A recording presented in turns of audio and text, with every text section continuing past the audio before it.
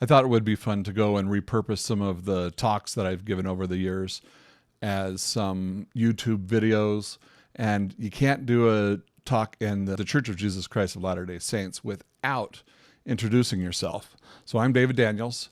I am the oldest of 7 kids, a military brat, and my family managed to have at least one child born in nearly every state from California to Kansas. I'm the only boy who kept his hair, and it's naturally curly. I love BYU, I love lasers and movies, and I served a mission in Puerto Rico. And yes, yo hablo el español. But for a long time, I felt like my brother and I were the Laman and Lemuel of the family because both of us are gay. I want to talk about belonging, faith, and how we minister to the LGBT loved ones inside the Church of Jesus Christ, and even those who are outside of it. I remember sitting in seminary feeling less than worthless. I hated myself for who I was. On my mission, I honestly believed I was being punished by God. I had tonsillitis every 2 to 3 months, and I was constantly sick.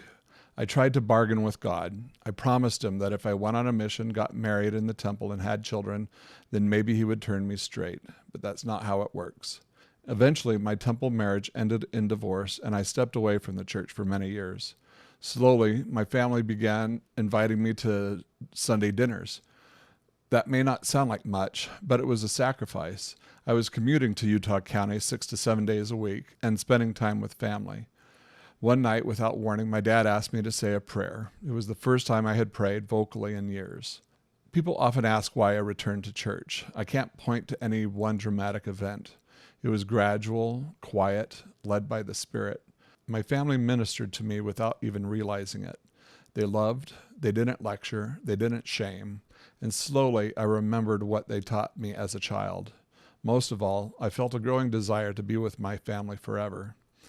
Jesus taught, "What man of you, having 100 sheep, if he lose one of them, doth not leave the 99 and go after that which is lost until he find it?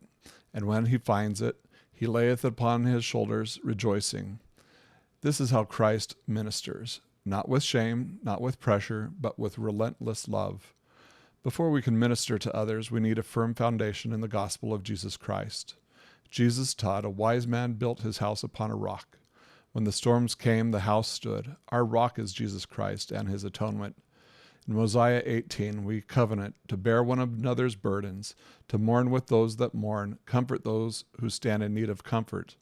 This is what belonging looks like in the gospel.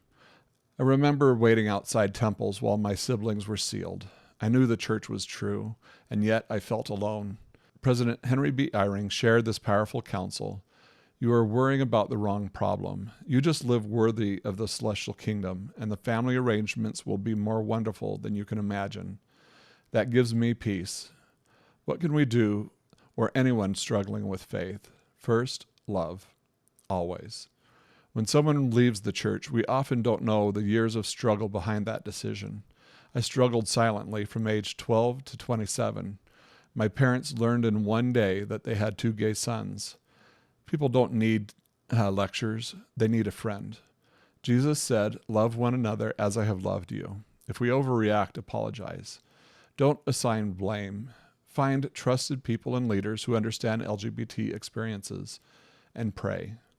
But instead of asking why, or please take this away right now, try asking, how can I help? How can I support them? And never share private information without permission. Like missionary work, conversion doesn't come through argument. It comes through love and the Spirit. Missionaries plant seeds. They may never see the harvest, but God does. After returning to full activity, I entered the temple and walked into the celestial room. There was my family waiting for me. That moment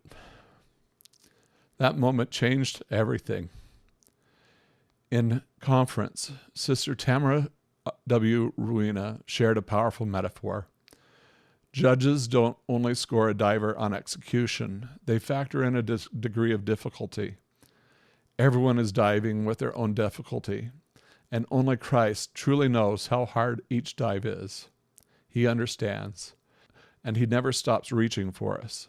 To one degree or another, we are all prodigal children, and through Christ, we are trying to come home. There is room for everyone in this journey. There is hope, there is healing, and above all, there is belonging.